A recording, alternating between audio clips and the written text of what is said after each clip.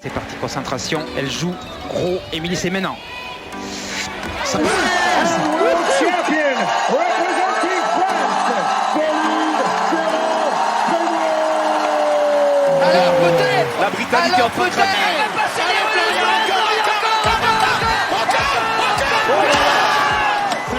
C'est fini. C'est terminé, bravo Marie-Pierce, elle a gagné, elle l'a Il va mérité. falloir y aller. Elle y va peut-être. Et c'est elle qui marque le 23e but français.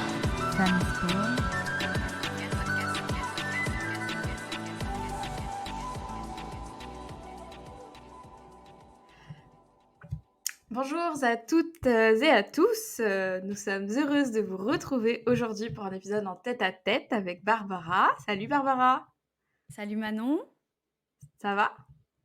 ça va super et toi? Ça va très bien. Ça faisait longtemps que on s'était pas retrouvées toutes les deux, on a eu des invités extraordinaires, toutes plus brillantes les unes que les autres. On a eu Margot, on a eu Marjolaine, on a eu Sarah et Myriam au niveau des expertes. Et du coup, on s'est dit que c'était le temps de revenir en tête-à-tête pour vous présenter un sujet qui nous tient à cœur, c'est le tracking des cycles. Barbara, comment ça va toi en ce moment? Sur quoi tu bosses? Quels sont tes projets du moment? Eh ben écoute, ça va super, toujours très occupée par Tella, par quelques recherches annexes et puis voilà, les podcasts Femmes et Sport et puis quelques coachings qui se passent très bien. Donc je Cool. suis plutôt contente parce que je commence à vraiment travailler en lien avec d'autres professionnels, notamment des coachs, des psychologues.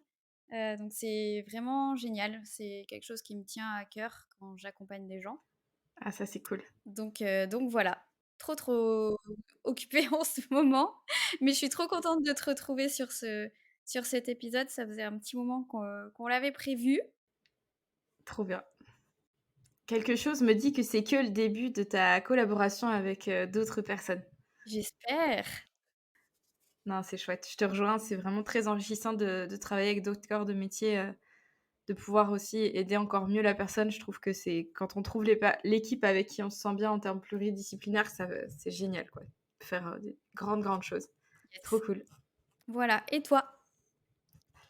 Eh bien, de mon côté, j'ai eu mon financement de thèse. Donc, en fait, mon dossier a été validé par l'ANRT, l'Agence nationale de la recherche technologique. Et donc, mon projet CIFRE va commencer de manière imminente. Donc, je suis très contente. C'est le truc que j'attendais depuis 9 mois.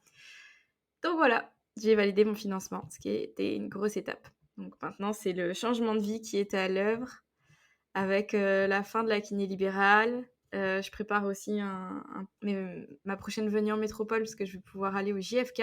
C'est les Journées francophones de la kinésithérapie, qui est un des plus gros événements, on va dire français en termes de kiné. Et je ne parlerai pas pour une fois. Enfin, pour une fois, non, c'est pas du tout le cas. Je ne parlerai pas, tout simplement. J'avais présenté un abstract qui n'a pas été validé.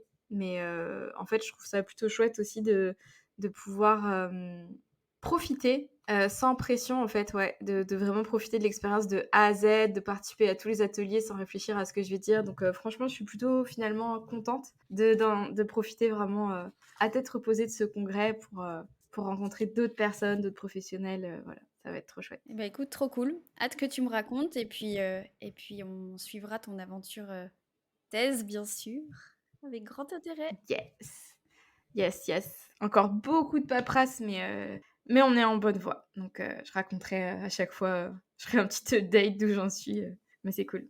Et on voulait vous remercier aussi parce que vous êtes de plus en plus à nous suivre sur les réseaux sociaux, donc ça nous fait super plaisir. On va s'essayer à LinkedIn aussi, parce qu'on trouve que c'est une plateforme qui est très intéressante au niveau professionnel et que ça pourrait toucher un autre type de personnes. Donc voilà, Barbara a lancé le compte là-bas il n'y a pas très longtemps. Donc si vous êtes sur LinkedIn, n'hésitez pas à nous suivre aussi là-bas. Moi personnellement, je suis un peu en veille des réseaux sociaux, j'ai du mal à publier de manière régulière, mais je pense que ça viendra quand ça viendra. Je ne mets pas trop de pression là-dessus. Voilà. T'as bien raison. Bon, let's go. On commence un petit peu. Yay! Alors, Barbara, toi, comment ça s'est passé quel rapport, on va dire, tu entretiens avec tes cycles menstruels? Est-ce que du coup, tu as l'habitude de traquer tes cycles? Et pour toi, qu'est-ce que ça veut dire traquer ces cycles? Bonne question pour qu'est-ce que ça veut dire traquer ces cycles? Ouais, Je pense que alors pour moi, c'est assez nouveau, on va dire, parce que j'ai OK. été très longtemps sous pilule, puis ensuite j'étais en aménorrhée, puisque j'ai arrêté ma pilule quand j'étais en anorexie, et ensuite quand ils sont revenus, c'était pas forcément quelque chose, de naturel pour moi de m'intéresser à ce qui se passait dans ma culotte. Excusez-moi pour pour l'expression, mais On aime, on valide. c'est complètement ça. Enfin, en fait, voilà, je me posais pas forcément de questions, mais c'est vrai que j'ai pris la pilule vraiment jeune. Alors juste pour répondre à ta question, qu'est-ce que ça veut dire traquer ses cycles? Je pense que pour moi, la base, c'est reconnaître son ovulation parce que voilà, l'ovulation, c'est l'objectif, on va dire, c'est le saint graal du C'est cycle. clair et non pas les menstruations. Tout à fait. Et donc reconnaître, l'ovulation, peut-être, voir un petit peu, le changement. Je trouve que c'est amusant de voir le changement de la glaire cervicale. Voilà, une fois qu'on Non, mais si, en fait, faut rendre ça ludique. Quand une fois que tu as capté, c'est trop bien. exactement, comme je l'ai écrit dans ma newsletter, l'autre fois et qui a fait rire beaucoup de monde, jouer avec, sa glaire cervicale autour de l'ovulation quand elle est bien élastique. Qui n'a pas fait ça? Bref, C'est je ça. m'enfonce. Donc ouais, j'ai pris la pilule très jeune. J'ai commencé la pilule à 17 ans. Alors je sais pas si ça paraît jeune pour tout le monde, mais moi ça paraît jeune. J'ai pris la pilule parce que j'avais un copain, sérieux à l'époque et donc on envisageait d'avoir des rapports. D'ailleurs, c'était un peu, je prends la pilule parce qu'il y a eu des moments où ça a complètement dérapé et à l'époque, bah, j'avais pas de contraception et donc voilà. Non, le retrait n'est pas une méthode de contraception, je préfère le dire. Donc voilà, Ouais, pas la plus fiable en tout cas, pas vraiment la pas. plus fiable. Donc voilà, il me fallait absolument une contraception et c'est comme ça donc que j'ai pris ma première pilule qui était Jasminelle, OK. une Tu te souviens du nom de ta première ah mais je l'ai pilule? Waouh. prise tellement longtemps! Ah ouais? Ouais. Attends, Jasminelle. Donc Jasminelle, c'était une, 3e génération, OK, 3e génération mini dosée. OK.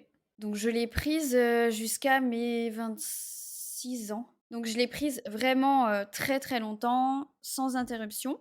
Moi, il y a un truc, avec la pilule dont je me rendais pas compte quand je la prenais, mais c'est que niveau libido, c'était quand même, pas terrible. Surtout après plusieurs années. Enfin en tout cas, ouais. Quand tu disais tu la prenais en continu, c'est que tu avais pas du tout de placebo ou de saignement de privation où tu arrêtais de prendre, la Alors pilule? si, D'accord, si, je la prenais bien pendant 3 semaines et après j'avais une semaine de privation. OK. Ce qui était très pratique par contre avec la pilule et ce que je faisais et honnêtement, je trouve pas ça ouf, mais des fois je décalais, tu sais, la prise Qui ne l'a pas fait? et du coup qui ne l'a pas fait? Pour être tranquille en Ouais, vacances, tu ouais, vois? mais franchement, Alors que mais enfin, on c'est l'a on tellement, l'a toute faite, je pense. Donc, après, ouais, voilà. enfin, Après on va ouvrir une question qui est un peu hors sujet, mais à chaque fois, du coup, c'est une question qui revient. Est-ce que c'est grave de le faire? Quel est ton point de vue là-dessus? mon point de vue, c'est que je suis pas gynéco Ouais, et honnêtement, je saurais pas dire je pense pas que ce soit grave en soi, c'est ça. Personnellement, mais en termes de gravité, je suis pas bon, sûre. Enfin, tu vois, quand «en dessous» entre guillemets, enfin, il y a pas d'aménorrhée masquée ou quoi que ce soit, je suis pas sûre que ce soit un problème de décaler sa pilule. Donc voilà et à l'époque, je pense que je n'étais pas en aménorrhée. C'est même sûr que je n'étais pas en aménorrhée. Je mangeais bien, je faisais du sport, voilà. Je me je mangeais des chocobons, dans des chamallows pour vous dire. Donc je pense que je n'avais pas de soucis à ce du haut niveau de gastronomie, à là. ce niveau-là. Voilà, c'est ça. Même si j'avais déjà des désordres alimentaires, bon, j'en ai parlé dans le podcast avec, Sarah et Myriam, mais OK, j'avais des désordres alimentaires, sous-cliniques, on va dire. ouais. Mais je me nourrissais en tout cas assez. Mmh. Moi, c'était plus dans le j'étais plus dans l certains interdits alimentaires, donc vous voyez qu'il y a pas de logique, hein, parce que j'étais capable de manger des chocobons dans des chamallows, mais une pizza, peut-être pas. Bref, donc j'étais plus dans les interdits alimentaires, et du coup, j'étais plus, je pense, dans justement, quand je m'autorise un truc, ben, je suis un peu dans le foutu pour foutu et j'en mange, Ah! beaucoup OK. plus, tu vois? Et j'étais plus déconnectée de mes sensations de faim et de satiété. Mais au-delà de ça, j'étais pas en sous-poids, mon taux de masse grasse était bien. Enfin, je pense pas, donc j'étais pas en aménorrhée à ce moment-là. En tout cas, sous ma pilule, tout se passait bien, il me semble. Donc je pense pas que ce soit grave, tu vois, d'avoir décalé quelques fois ma pilule. Et c'est vrai que c'était très pratique quand tu partais en vacances, Que tu justement, voulais pas les et avoir. que tu ne voulais pas Mais les ouais. avoir parce que tu voulais avoir d'autres occupations. Voilà, donc j'ai j'ai gardé ma pilule très longtemps. Donc je la prenais pas en continu, c'est-à-dire que j'avais vraiment 3 semaines et une semaine de saignement de privation. Mais ce que je voulais dire, c'est que je n'ai jamais arrêté de la prendre. Tu vois, j'ai jamais eu D'accord. plusieurs mois sans pilule, je l'ai vraiment prise tout le temps. Et en fait, même quand j'étais en anorexie, donc c'est vrai qu'au début de mon anorexie, quand j'ai commencé à perdre pas mal de poids, moi je voyais pas le problème. Je pense dans ma tête que je me trouvais plus fine qu'avant, Mmh. mais pas maigre en fait.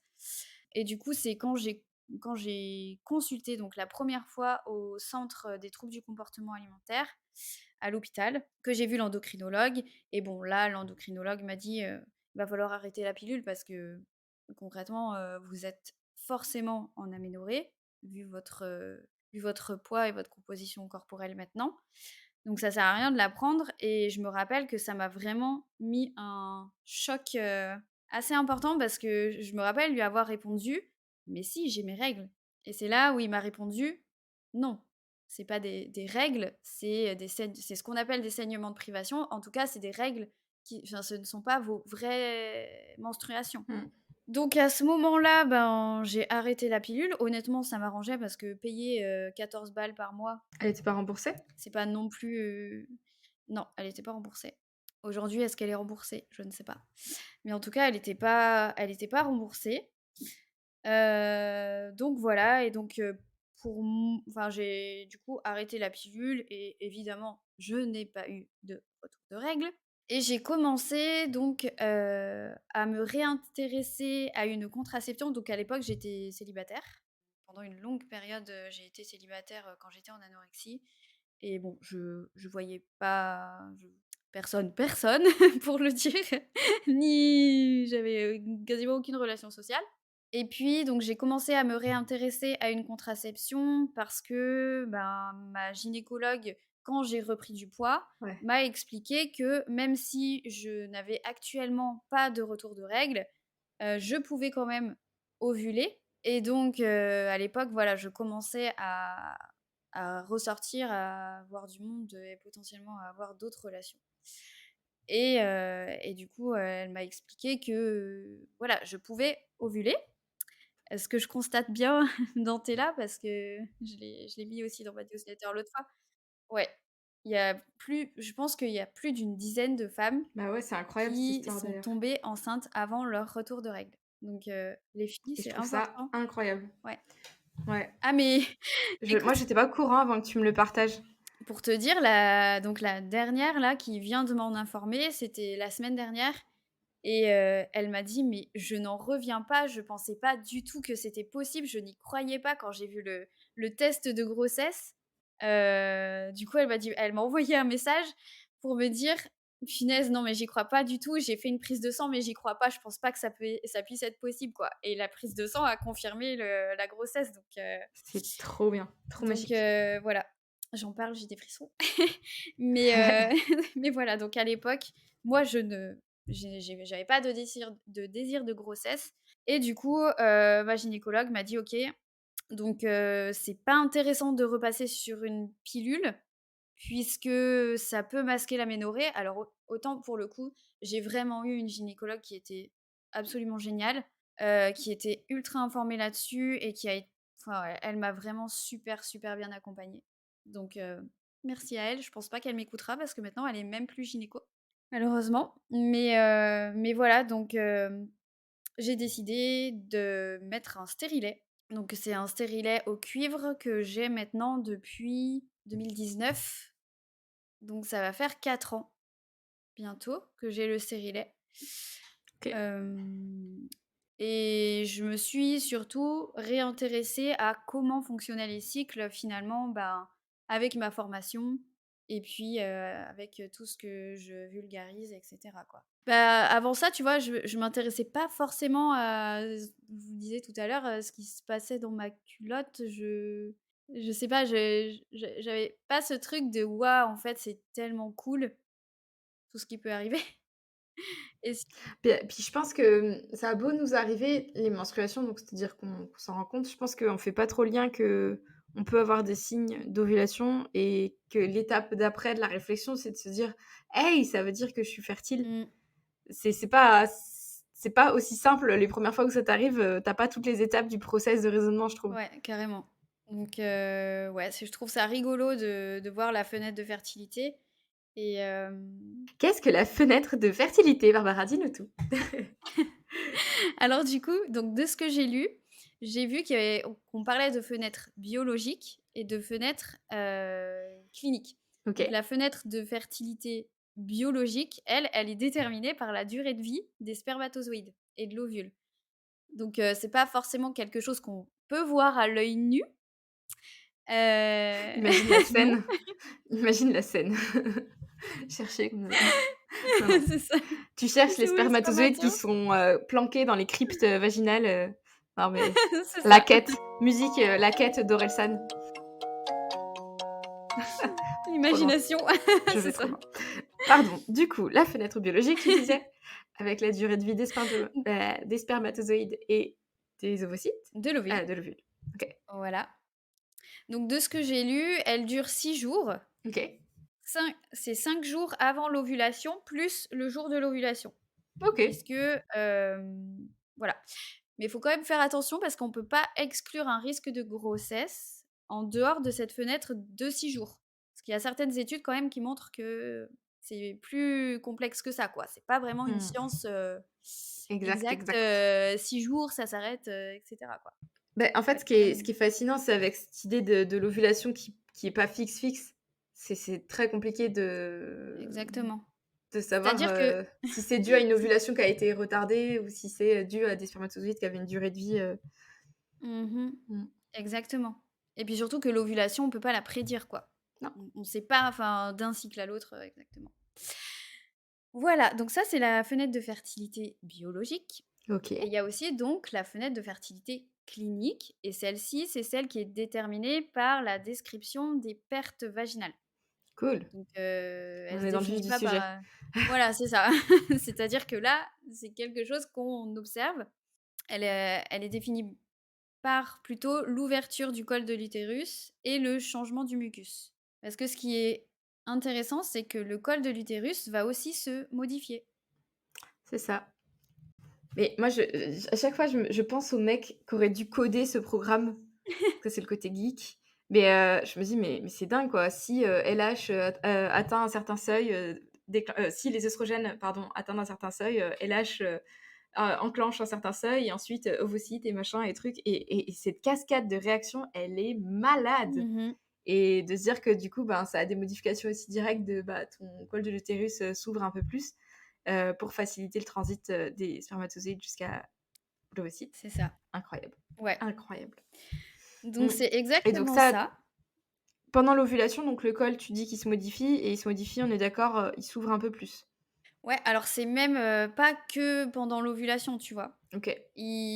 Soit il va inhiber le transport du sperme quand tu es pas fertile, Mmh. soit il va faciliter le transport du sperme pendant la phase fertile, mais c'est plus que l'ovulation Ouais. et du coup, il va vraiment être, on va dire, il va aller de pair avec, la glaire Ouais. cervicale qui va aussi se modifier Mmh. et donc continue. Vas-y. Ouais, j'allais dire un truc, mais bah, en fait, ça fait une protection chimique et une protection un peu, mécanique, quoi. Avec, la modification Ouais. du col, on peut dire que d'un point de vue mécanistique, c'est que du coup, il se ferme ou il s'ouvre, plus ou moins en fonction du timing de l'ovulation et du coup, la Mmh. glaire cervicale va être soit, hem, spermatozoïde proof C'est ou ça spermatozoïde friendly. Voilà, alors et 2 ouais. 2 salles, 2 ambiances. Exactement. Donc voilà, donc la glaire cervicale, elle, son rôle, bah, comme tu disais, c'est soit d'être, spermatozoïde proof, soit non.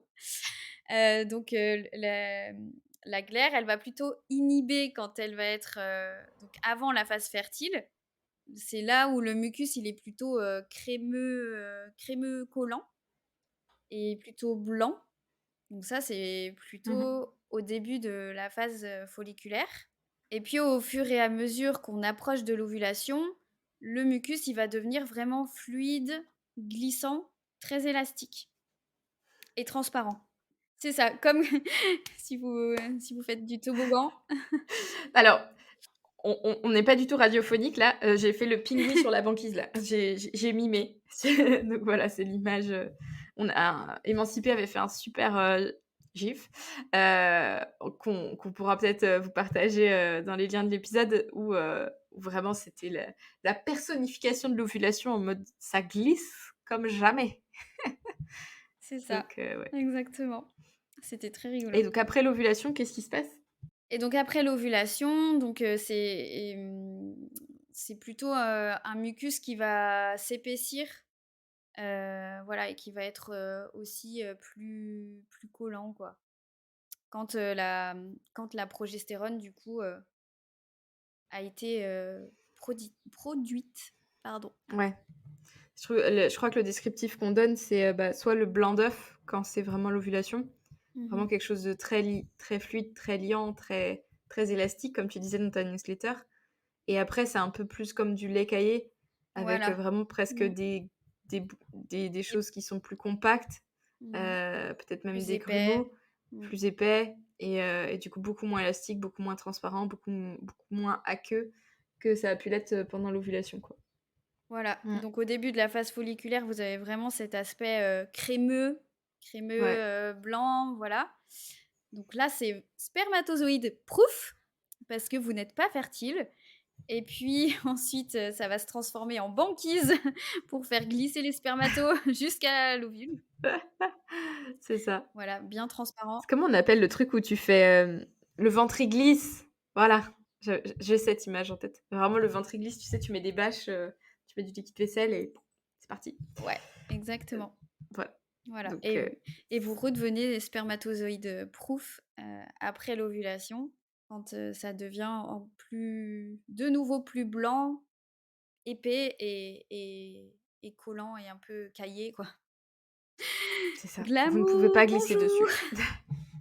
Ah ouais, mais bon, ça fait partie de ce qu'on est. Il faut en parler. Il faut en parler. Mais c'est ça et tu vois, j'en parlais dans la newsletter et il y a des femmes qui me disent: «Mais c'est normal d'avoir des pertes tout le temps?»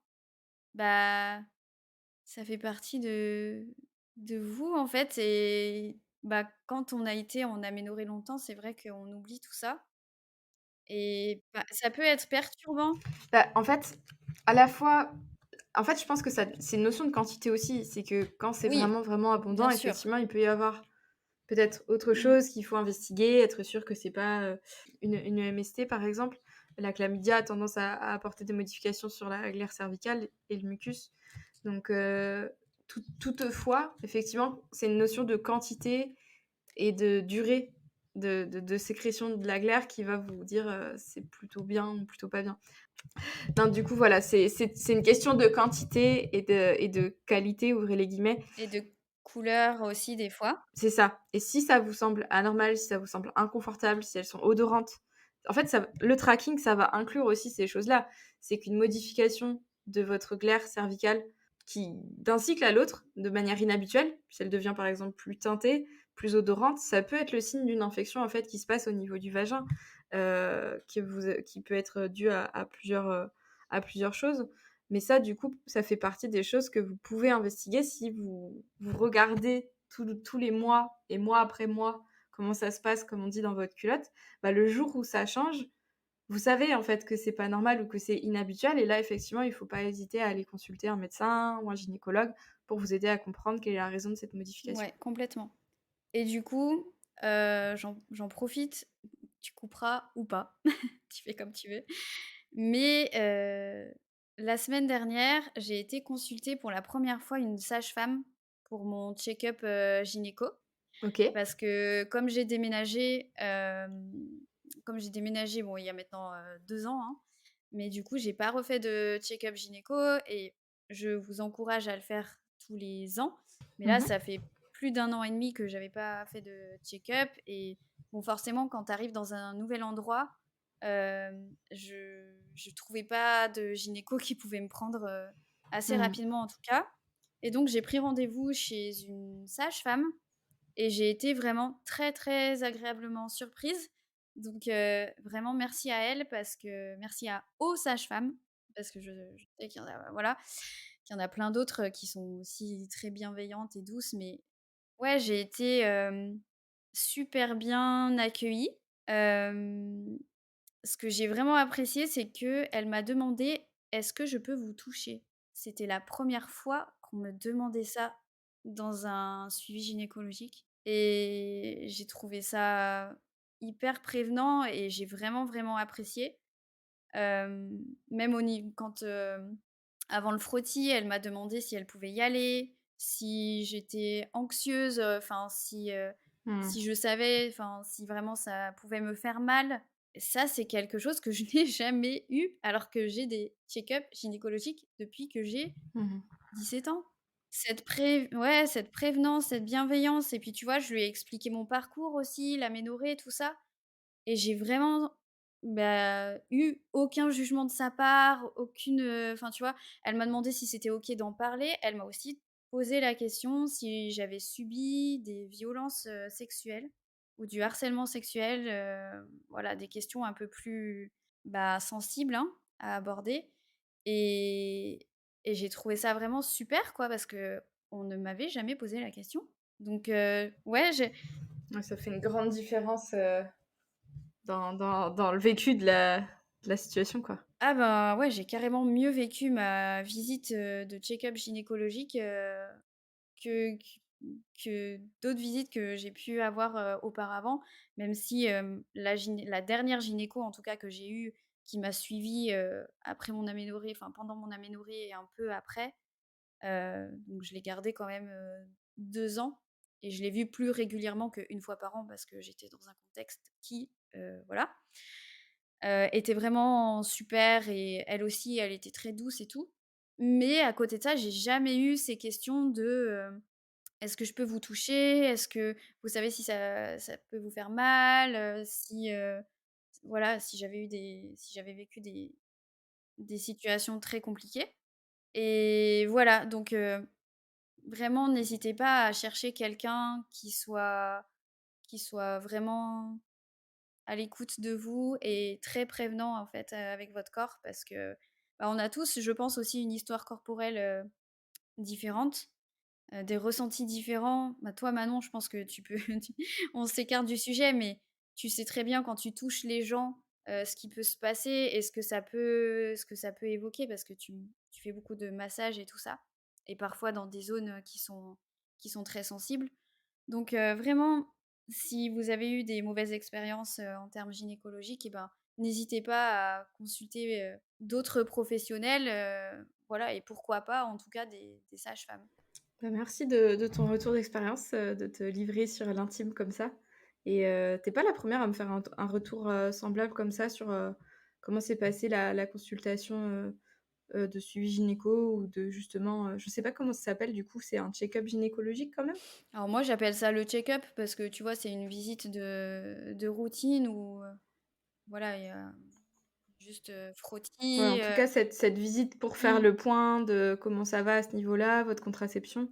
En tout cas, à chaque fois, j'ai de très, très bons retours sur les sages-femmes libérales, donc merci, merci à elles, de changer un peu les choses, non pas qu'on ait que des mauvais retours, des gynécos, hein, c'est pas du tout mmh, ce qu'on veut dire, mais à chaque fois, c'est vraiment une attention portée au geste qui est très importante et c'est intéressant aussi enfin, on le dira jamais assez, mais si vous êtes pas à l'aise avec un praticien, changez, mmh. tout simplement. Ah Surtout quand oui. il s'agit Mmh, de mmh, votre, sphère intime comme ça, c'est vraiment hyper important que vous sentiez, considéré, touché avec, attention, enfin dans le sens mmh, où c'est pas une zone neutre et on n'y va pas sans poser la question effectivement. Donc mmh et vous êtes légitime de poser des questions. et vous êtes légitime de ne pas vous sentir bien avec un praticien. Tout Euh, à fait. voilà, on peut pas correspondre à tout le monde et il faut pas se torturer parce que vous sentez pas bien avec un professionnel, quoi. Juste changer et c'est Complètement, ok. c'est ça. Et vraiment, vous sentez pas, c'est pas des personnes à qui vous devez quelque chose. C'est un mauvais moment à passer si vous devez reprendre une ordonnance ou si vous devez repasser devant la secrétaire pour justifier que non, vous ne reprendrez pas ce rendez-vous. Ce sera désagréable 5 minutes, mais vraiment, ce sera mieux pour tout le monde si, quand vous n'êtes pas à l'aise dans une relation de soins, telle qu'elle soit, faut pas hésiter à aller voir un autre praticien. Il y en a beaucoup, il y a plein d'approches différentes. Alors, quand tu es dans un désert médical, c'est un peu plus difficile. Mais si vous avez l'opportunité, faut pas hésiter. Bon, et puis j'ai dit sage-femme, mais maïeuticien aussi, peut-être. Tout à fait. Tout à fait. Voilà. Et toi, Manon? On parlera peut-être de température plus tard. Ouais, bah, du coup, je pense que ça va faire, bien le lien parce qu'effectivement, bah, pour en revenir à la question que je t'ai posée au début, ce que je mets derrière le tracking des cycles, en fait, c'est pas seulement les signes liés au cycle menstruel dans le sens un peu biologique ou de fertilité. C'est vraiment plus large pour moi et ça inclut aussi l'humeur, ça inclut pas mal d'autres choses parce que c'est un outil de connaissance de soi que moi j'ai découvert quand j'ai arrêté la pilule pour le coup. J'ai découvert qu'effectivement je faisais probablement partie des femmes qui étaient assez sensibles au niveau hormonal puisque du coup j'ai découvert mes émotions et qu'elles variaient de manière Mmh. cyclique. Et donc comment j'y suis allée à cet constat-là? Donc j'ai eu la pilule assez tôt, parce que j'avais déjà, je crois, un copain à l'époque, mon 1er copain et qu'effectivement la question des rapports s'était posée et aussi que j'avais des règles, qui étaient abondantes et douloureuses et donc ça faisait partie des moyens qu'on m'a proposés pour manager, en fait, cette douleur qui effectivement m'était assez inconfortable. Et donc j'ai eu une pilule, donc c'est la Cerazette, je crois. Donc il me semble que c'est un progestatif seul, donc je n'avais plus mes menstruations. Mmh. Ce qui moi personnellement me convenait très bien vu que ça faisait partie des choses, qui ne Mmh. qui me faisaient passer vraiment une sale journée. Et donc j'ai pris donc, cette pilule, je pense de mes 15 à je dirais jusqu'à mes années de médecine, donc peut-être, avant médecine. Parce que je me souviens déjà qu'avec les études, c'était pénible de garder une horaire régulière. Moi, la régularité de la prise, c'est un truc qui me convenait pas. Ma sœur en parle dans son témoignage. J'avais moins de problèmes parce que j'ai pas l'excuse d'être pompier et Mmh. d'aller, sauver des vies le soir. Ouais. Juste, ça ne convenait pas, j'étais pas aussi rigoureuse et plus d'une fois, je me suis interrogée sur, «Ouh là, il y a quand même, 4 ou 5 heures de battement». Cette espèce d'inconnu, tu te dis: ça passe pas». Finalement, tu te ruines un peu un mois parce que tu as loupé 5 heures. C'était quand même un stress qui me convenait pas à long terme, donc je suis passée à l'implant progestatif, donc dans le bras. Hem, donc c'est de la progestérone en continu, un dosage, je crois que c'est pas beaucoup dosé. Donc toujours sans menstruation. Je crois qu'en transitant les 2, j'avais dû arrêter d'un coup sec ma pilule. Donc j'ai dû avoir, 2 retours de règles, enfin 2 retours de cycle menstruel, en fanfare, pliés en 2 à chaque fois que les menstruations arrivaient et donc j'ai basculé, vers un implant du coup, contraceptif qui m'a convenu plutôt bien. Je dirais jusqu'à médecine pour le coup et mes années kiné, jusqu'à un moment un peu classique où et ça c'est un peu, une question, enfin, qu'on me pose aussi régulièrement et que je ne sais pas trop répondre, où je commençais d'avoir des pertes, tout le temps.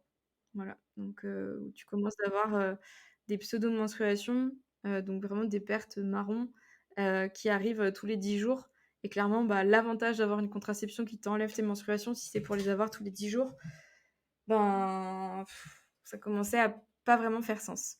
Alors c'était des spottings, je suppose? Pas Des vraiment spottings, c'est ça. ouais, alors moi, Ouais, les spottings, j'en ai eu aussi. J'en avais beaucoup justement quand je prenais ma pilule, mais au bout d'un OK. moment.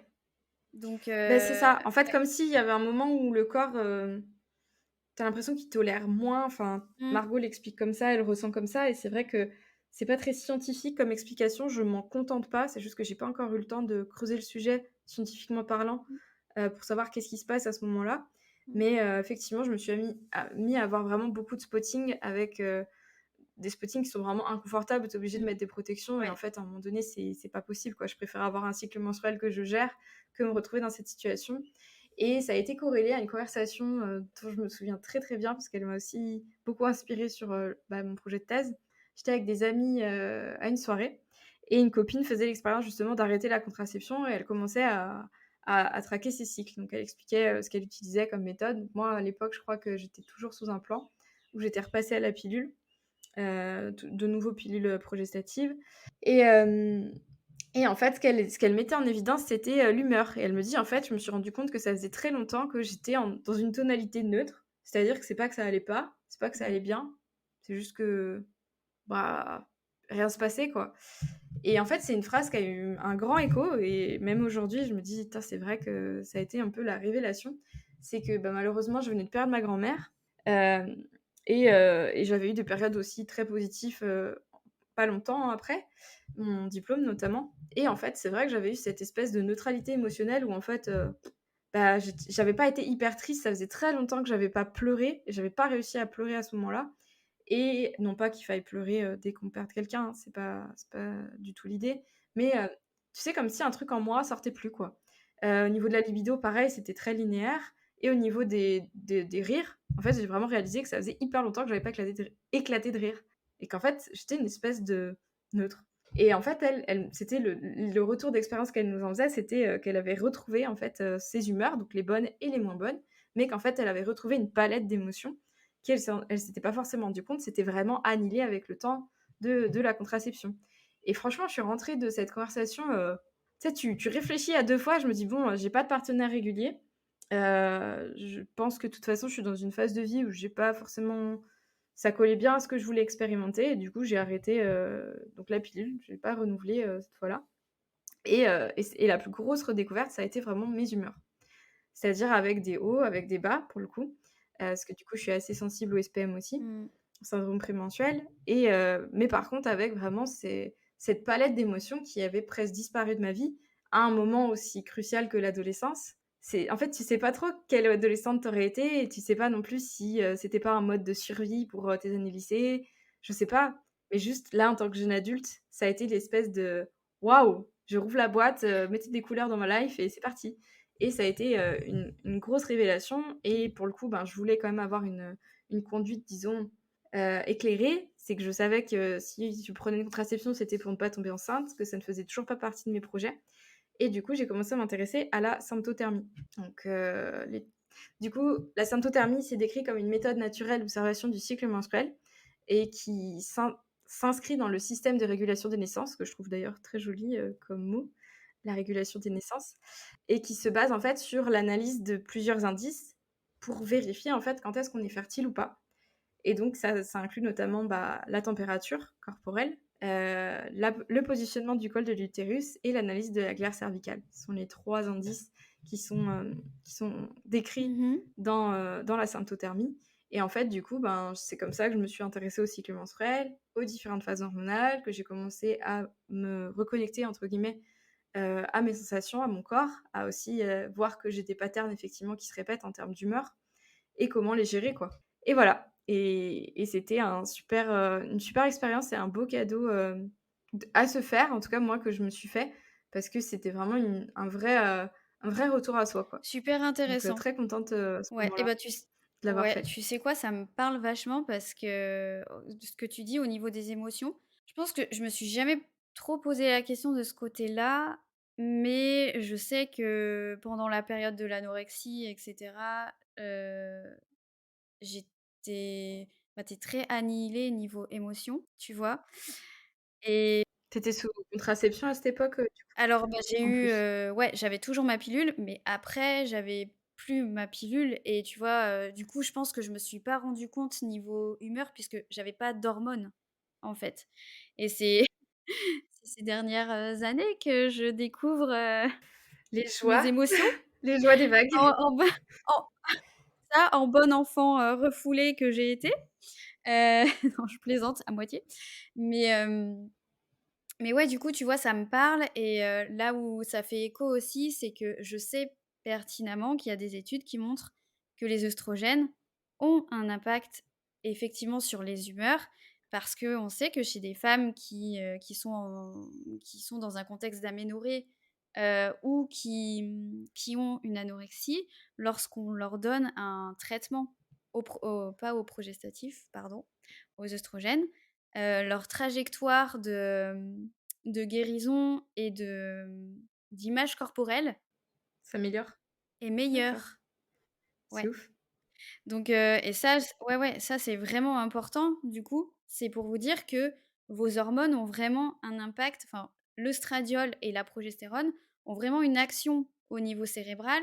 Et je parle un petit peu, enfin, j'en parle Ouais. beaucoup moins en ce moment, mais il y a une époque où j'en parlais, des neurostéroïdes.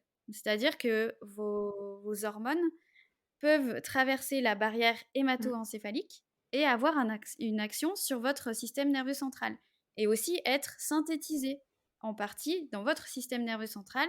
Et donc, les œstrogènes ont une action sur le GABA et la progestérone aussi. Et le GABA sert à quoi? Alors, le GABA, c'est un neurotransmetteur. Donc, un neurotransmetteur, c'est une molécule qui Ok. sert à faire passer des messages dans le cerveau. De manière, j'essaye de faire ça de manière simplifiée. Tu me dis si je suis claire. C'est très bien. Ah oui, c'est... Et donc, le GABA, c'est un neurotransmetteur qui est inhibiteur du système nerveux. Ok. Donc, c'est plus un neurotransmetteur qui va apaiser le système nerveux, plutôt être dans l'inhibition, tu vois, dans l'aspect calmant, on va dire. Et donc, les œstrogènes, eux, ils vont avoir un effet inhibiteur sur le GABA. Ça veut dire que le GABA va être moins produit. Donc, les œstrogènes ont plutôt un rôle, on va dire, excitateur sur le système nerveux central. Et la progestérone, ça va être l'inverse. Via l'inhibition. Voilà. Ok. Après, bon, ça, évidemment, Ok. c'est sur des modèles animaux, etc. Donc, on n'évalue pas ça encore en découpant le cerveau des femmes qui sont vivantes et... C'est ça. Ouais, mais du coup, ça explique tout ce qu'on a pu trouver sur les variations d'humeur au cours Mais du cycle voilà, il y a des menstruel. choses, en tout cas, là-dessus qui commencent à être un petit peu plus explorées, Mm. disons. Et voilà, et du coup, ça me parle Ouais. à ce niveau-là. Et du coup, le fait de prendre en continu, ou en tout cas d'avoir cette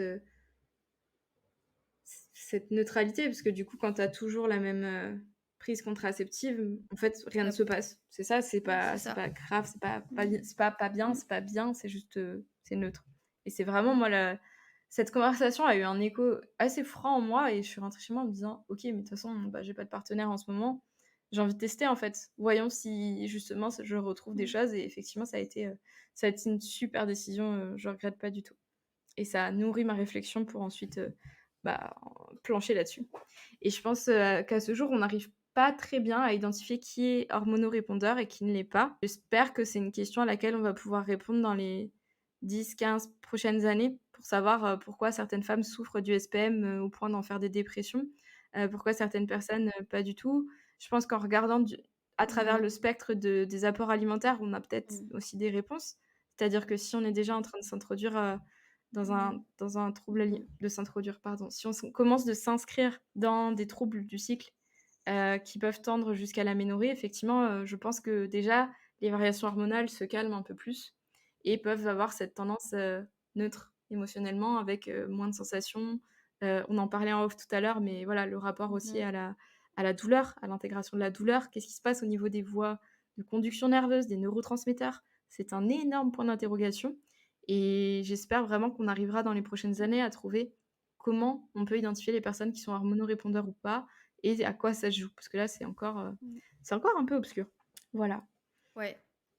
Et ouais, mais surtout qu'il y a un aspect génétique, hein. On sait que l'aménorrhée, il y a des gènes qui ont été identifiés, et donc il y a des femmes qui vont être plus sensibles au développement des troubles du cycle. Ok. Bah, ça, c'est intéressant. Voilà.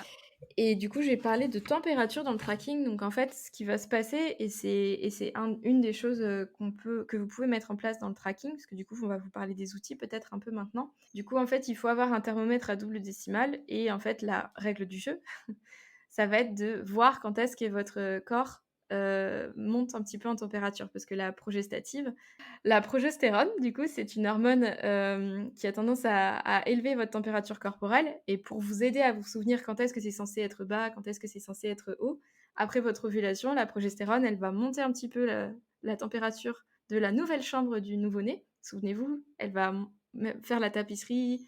C'est vraiment l'hormone progestative, donc pro-grossesse. Et en fait, elle va mettre en place tout un environnement à l'intérieur de votre utérus pour que la grossesse se passe bien. Et ça inclut mettre le chauffage, donc augmenter la température et augmenter la tapisserie, retapisser votre endomètre, donc faire augmenter votre endomètre qui va ensuite desquamer s'il n'y a pas eu de nidation. Et en fait, le but, c'est de voir ce plateau de température qui va survenir. Et pour cela, du coup, il faut prendre la température. Donc, après vos menstruations, vous pouvez commencer de le prendre et le faire en continu tout votre cycle. C'est ce qu'il y a de mieux à faire et le plus fiable. Et sinon, dès que vous commencez à être à J7, J8, vous pouvez prendre la température et vous savez que vous avez ovulé quand vous avez au moins 3 jours de température haute. Voilà, c'est comme ça que c'est décrit dans les méthodes Billings, d'autres méthodes Ogino, des choses comme ça. Et du coup, le but, en fait, d'un tracking des cycles, pour moi, si je devrais le définir, c'est de trouver les marqueurs de l'ovulation parce que, comme vous l'a dit Barbara, l'ovulation, c'est le truc le plus important du cycle. C'est pour ça que vous avez des menstruations. Le but d'un cycle menstruel, c'est pas d'avoir des menstruations et de vous faire mal au ventre.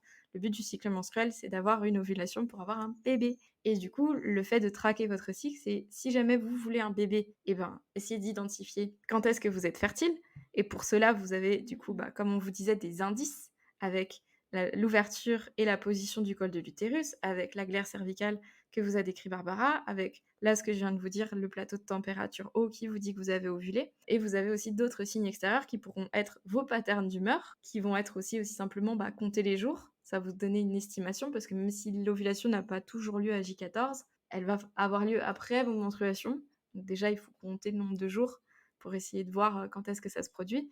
Et le but, c'est aussi de savoir combien de temps vos cycles vont durer pour vous repérer là-dedans dans la vie, au fur et à mesure du cumul de vos cycles menstruels. Donc, comptez, ressentez. Donc, en termes de sensations, ça peut être aussi la sensibilité mammaire. Il y a des choses, il peut y avoir un petit pincement dans le bas-ventre aussi quand vous ovulez. Donc ça aussi, ça peut être des signes que vous pourrez identifier. C'est différent pour toutes les femmes d'ailleurs. Il y en a pas mal. On reviendra peut-être un peu dessus avec Barbara. Toi, et donc voilà, je trouve que le tracking, pour moi, c'est vraiment une enquête de vos signes pour savoir quand est-ce que vous avez ovulé. Est-ce que vous avez ovulé? Le fait, par exemple, moi, de traquer mes cycles, parce que du coup, c'était ce qui me permettait de savoir quand est-ce que j'étais fertile et ça me permettait de savoir quand j'avais un partenaire régulier, si on se protégeait ou si on se protégeait pas à certains moments. Et bien, ça m'a permis de savoir pendant le Covid, par exemple, que j'ai ovulé 2 fois. Improbable, mais vrai. C'est-à-dire que quand j'ai fait le Covid, j'ai vu que mon ovulation avait complètement, mon calendrier est devenu complètement what the fuck. J'ai vraiment, mis 2 ou 3 mois à retrouver un pattern régulier, de glaire cervicale qui correspondait à ce qui se passait en termes de calendrier. Parce que là, vraiment, je me suis dit: «Mais c'est pas possible, je rétrograde mon cycle». J'ai eu 2 ovulations ce cycle-là. Je n'arrive même pas à expliquer, mais il y a eu vraiment pas mal de choses qui ont eu l'air d'avoir lieu sur les vaccins notamment, sur le fait que se faire vacciner pendant une phase plutôt qu'une autre semblerait avoir un impact sur le cycle menstruel, notamment sur sa durée et je pense sur l'ovulation. Mais ça, c'est plus dur à investiguer sur une grosse cohorte. Mais à titre personnel, j'ai Je pense effectivement que c'était un retard d'ovulation et ouais. Ah, peut-être. Peut-être que j'ai eu un premier starter et que du coup, j'ai une première modification. Je sais pas trop, mais c'était vraiment, assez bluffant et j'aurais jamais pu savoir ce qui se passait si je traquais pas mes cycles. alors les vaccins visiblement avaient un impact, mais surtout visiblement encore plus le Covid. Tu avais lu quoi toi sur le Covid? Des retards de cycle, et peut-être des anovulations, mais honnêtement, je sais plus. Cette fois-là, j'ai vraiment eu le sentiment, 1re fois de ma vie où je sentais que ça m'a épuisée en plus. J'ai senti que ça voulait ovuler et que ça ovulait pas, quoi et j'ai vraiment eu cette espèce de moi, j'ai eu le sentiment que ça faisait que rembobiner et recommencer jusqu'à ce que j'ovule et je crois que j'ai eu un cycle, pour la première fois de 40 jours, un truc comme ça, ce qui m'arrive jamais. Donc voilà, c'était assez surprenant et du coup, ça fait partie des choses c'est un indicateur qui est finalement très riche pour une femme que de savoir où est-ce qu'on en est. Ça permet de maîtriser beaucoup de choses de son environnement et c'est, voilà, je trouve un vrai cadeau à se faire. Bah, écoute, merci beaucoup. C'était, pour tes partages, c'est vraiment très intéressant. Hem Et du coup, je reviens juste sur, tu sais, tu as dit, 3 jours de température élevée. Ouais, Ouais, et du coup, oui, c'est l'OMS, définit la fin, du coup, de la période, fertile. C'est le troisième jour de température la plus élevée et votre température, il faut qu'elle s'élève d'au moins 0,2 degrés. Et c'est pour ça que c'est hyper important de prendre votre température avec un thermomètre un décimètre, un thermomètre à double décimale. ouais. Voilà, faut la prendre au réveil, avant de poser le pied par terre, avant toute activité, avant le pipi, avant tout. Mais il faut être vraiment très consistante sur la prise et le mieux, c'est quand même d'avoir, Décimale, le c'est même ça. horaire quasiment tout le temps, avant de vous lever et de la prendre, vaginalement.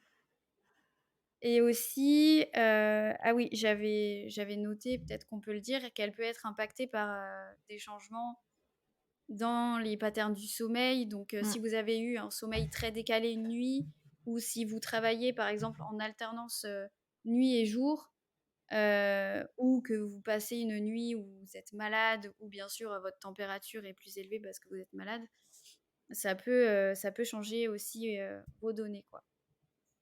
Bah, en fait, c'est pour ça, je pense que cette méthode est décrite, enfin, à utiliser seule, c'est pas assez fiable, au même Ouais. titre que juste compter et en fait, c'est Mmh. le cumul de plusieurs indices de fertilité ou de Mmh. non-fertilité qui vont vous Vous indiquer où vous en indiquer, êtes. ouais, Mmh, carrément. c'est ça.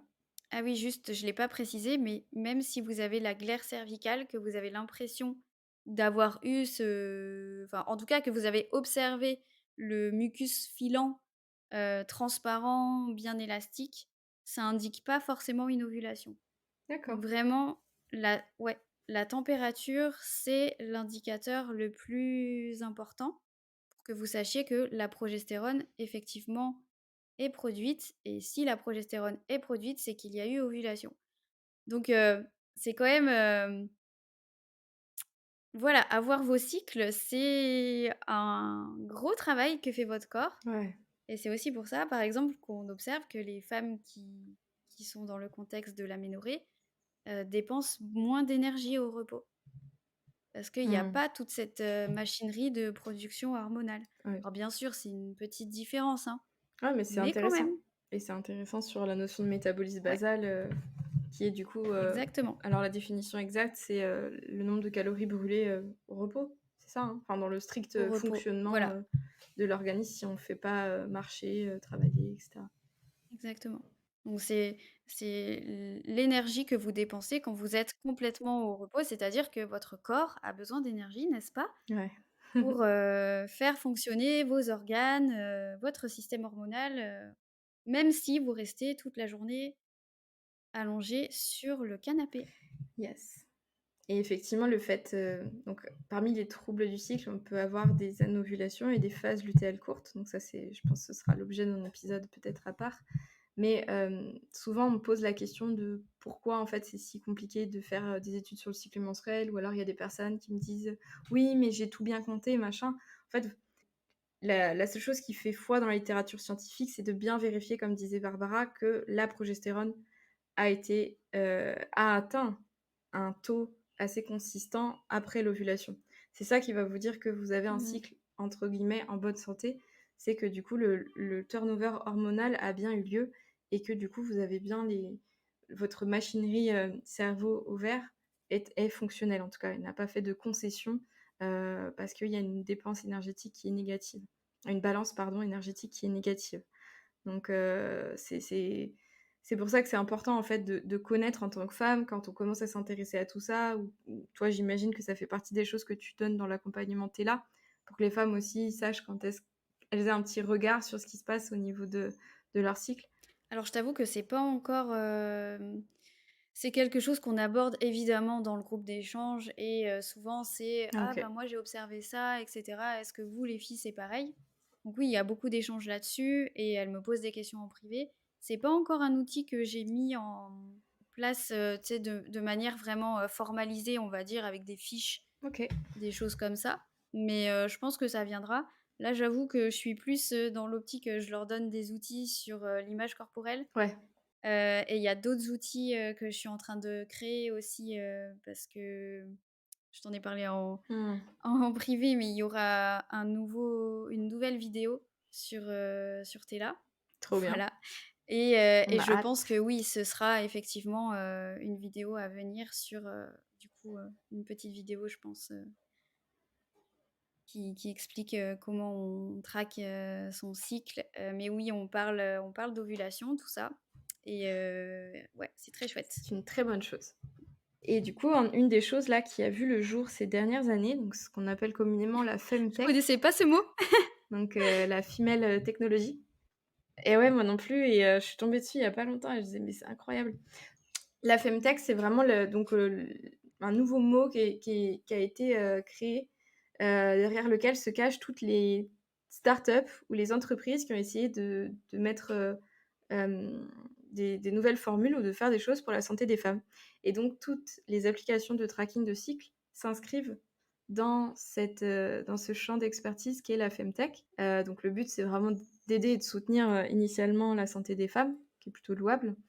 Mais en fait, Mmh. toutes ces applications, elles sont, je pense, informatives, et il faut vraiment Mmh. que vous soyez d'abord connecté à votre ressenti, parce que même si vous mettez les jours, hem, où vous avez eu vos règles, corrélez bien tous les autres symptômes, parce que comme on vous Mmh. disait, l'ovulation ne va pas forcément survenir à J14, et ça dépend de l'application que vous utilisez. Mais en fait, ce qui fait foi, c'est vraiment vos ressentis. Et le problème, en fait, avec la femtech et tout ce qui a commencé à popper, c'est la confidentialité des Mmh. données. Et dans un contexte comme celui des Américains, où malheureusement, bah, les IVG ont été, interdites, dans certains pays. Utiliser une application comme ça, ça questionne en fait sur qu'est-ce qui va être fait de vos données. Qu'est-ce qui va être fait de vos données? Est-ce que ça va pas être, Mmh. est-ce qu'elles sont bien là où elles devraient être, et est-ce qu'elles ne sont pas utilisées à tort? Est-ce que vous êtes bien informé si c'est une application Mmh. qui utilise vos données ensuite pour faire de la recherche? Est-ce que vous avez bien Mmh. capté que c'était le cas? Et dans ce cas, si vous le faites, que ce soit en votre âme et conscience. Mais voilà, c'est quelque chose, c'est une initiative que personnellement je salue. Pour en citer, certaines, par exemple, il y a une nana, je sais, qui essaye de développer le diagnostic de l'endométriose par des tests salivaires. C'est brillant, Mmh. et je ne peux que saluer ce genre de choses. Le problème, c'est qu'il y a eu aussi vraiment des portes ouvertes à tout et n'importe quoi, et que bon, bah, ça ne se substitue pas, au même titre que ce podcast, à une consultation de médecin, à une consultation, d'un gynéco. C'est des outils qui sont formidables et qui, je pense, Mmh. vont appuyer la santé des femmes, et c'est nécessaire, on en avait besoin. Mais voilà, garder les pieds sur terre et rester critique sur quand même tout ce qui sort. Restez safe, j'ai envie de dire. Sur vos données personnelles aussi, c'est quand même important. En fait, si vous avez envie de participer à une étude ou quoi, de toute façon, il y aura tout un arsenal de paperasse éthique qui vous sera demandé, Et ben, non? je suis pas certaine. Comité Moi qui d'éthique porte un quand même? Whoop, je ne suis pas certaine. Ah ouais!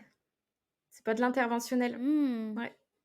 OK. Donc après, c'est un choix, je pense, à faire en son âme et conscience. Et Ouais. du coup, pas hésiter quand même à creuser un peu plus Mmh. loin. Mais par exemple, Whoop qui bosse avec le docteur Stacy Sims, bon, qui a écrit le bouquin qui s'appelle Roar.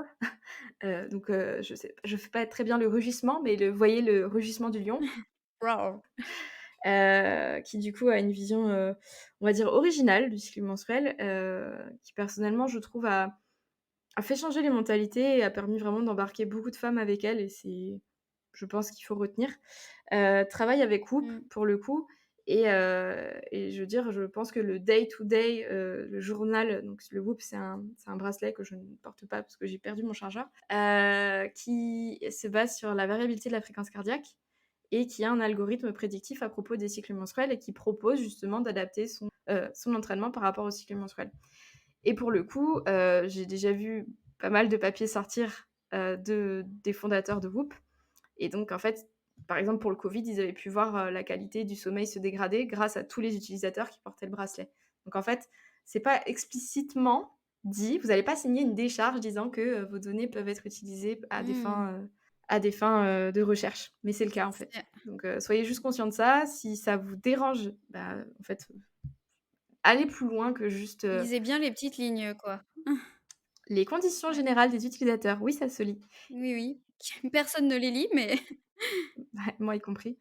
Mais au congrès où j'étais en Australie, c'est vrai que ça faisait énormément de débats, sur les applications de cycles, et notamment, bah, une certaine application qui a des liens assez étroits avec la FIFA, pour ne pas la nommer, et la question était, bah, ouais, de qu'est-ce qui est fait des données d'utilisateurs et surtout, qu'est-ce qu'on en fait et qu'est-ce qu'on dit aux gens, quoi? Si c'est, là, tu n'es pas capable de t'entraîner parce que tu es en telle période, en fait, méfiez-vous aussi de ce discours presque nocebo.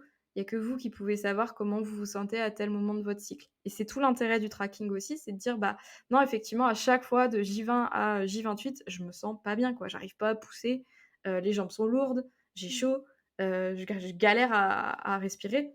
OK, bah, si c'est tout le temps le cas, en vrai, bah, c'est pas là où tu vas planifier. Si tu peux planifier tes séances, si tu es pas dans un sport co, par exemple, et que tu fais du training, en muscu, en crossfit, bah, c'est des séances où tu sais que, un, elles auront peut-être un ressenti d'effort plus élevé que la normale et 2, écoute-toi bien, quand c'est comme ça et donc c'est là tout l'intérêt vraiment de traquer et dans les outils, un cahier peut suffire, un mmh. Ah calendrier mais peut suffire. complètement. Vous êtes pas Mmh, obligé d'investir dans des applications payantes qui vont vous dire, mmh.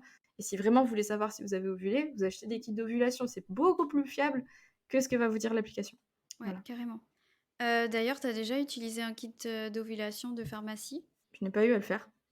OK, moi non plus et comme c'est vrai qu'on m'a posé la question pas mal de fois, je me suis dit que un kit d'ovulation de pharmacie, c'était ouais, c'est vrai, c'est toujours mieux qu'un kit d'ovulation, acheté sur Amazon, mais honnêtement, je sais pas trop ce que ça vaut. Alors, je sais qu'il y a des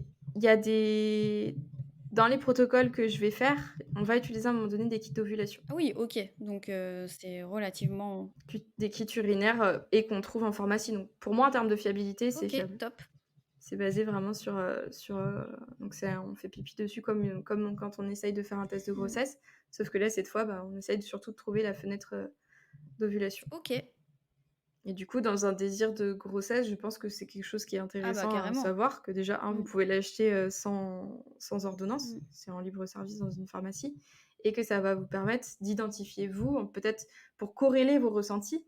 Mmh. Ça peut être un très bon outil si jamais vous êtes dans un process de justement de procréation, Mmh. d'essayer de voir si vous corrélez bien vos ressentis, vos prises de température à ce qui se passe, à la sortie du kit d'ovulation. OK et ben, merci pour ton info.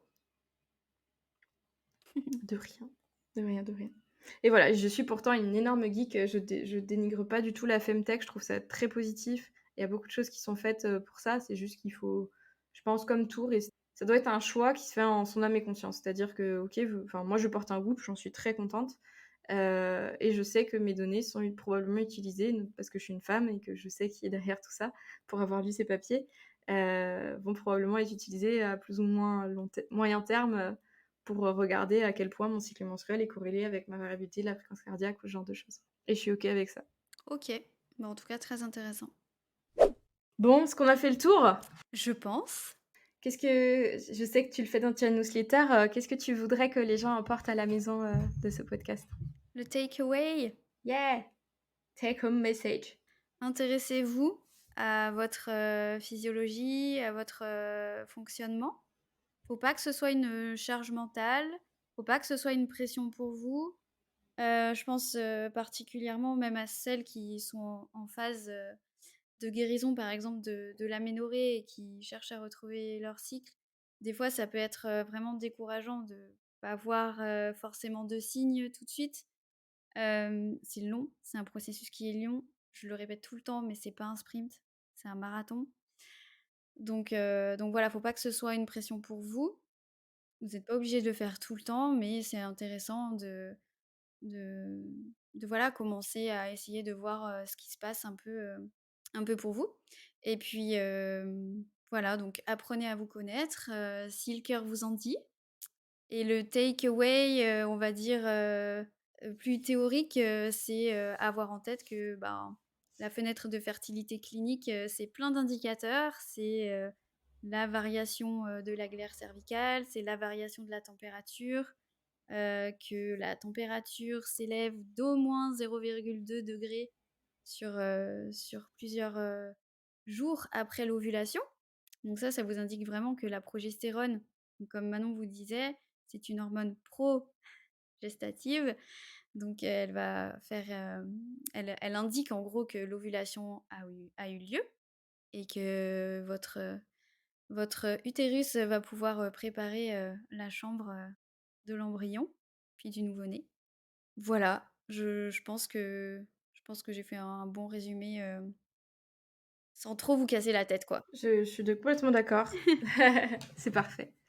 J'ai pas trop grand-chose à rajouter. Je pense aussi, oui, voilà, que encore, le but, c'est pas de rajouter une tâche supplémentaire dans une to-do list interminable.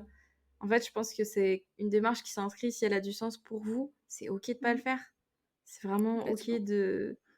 Sentez-vous libre de faire ce qui a du sens pour vous. Vous n'êtes pas obligé, à titre personnel, je ne prends plus ma température parce que, c'était la partie que je trouvais la plus pénible et que maintenant, je suis pas dans une relation où j'ai vraiment besoin de savoir quand je suis fertile. Donc je pense que ça dépend vraiment de où on en est dans sa propre vie pour expérimenter tout ça et à quel point le désir de grossesse est un désir ou un non-désir pour le coup, pour faire ce choix, complètement de manière éclairée. Et en tant que sportive, je trouve juste que c'est comme tout se joue autour de l'ovulation, si vous arrivez à déterminer déjà 1 si elle a lieu, 2 quand elle a lieu, en fait, ça va vous donner pas mal d'infos pour la suite, pour pouvoir justement reconnaître les patterns et ce qui varie selon cette temporalité-là ou pas. Et ça, c'est cool. Et voilà, faites de votre mieux, soyez sécuritaire, protégez-vous si c'est nécessaire et kiffez la vie. Voilà, j'ai pas mieux à dire. Très beau message Yes, on pour cette essaye. fin de podcast. Bon, bah voilà, on en a fait le tour. Merci à vous d'avoir écouté jusque-là. N'hésitez pas à nous écrire du coup sur Instagram ou sur nos autres réseaux sociaux, notamment LinkedIn maintenant.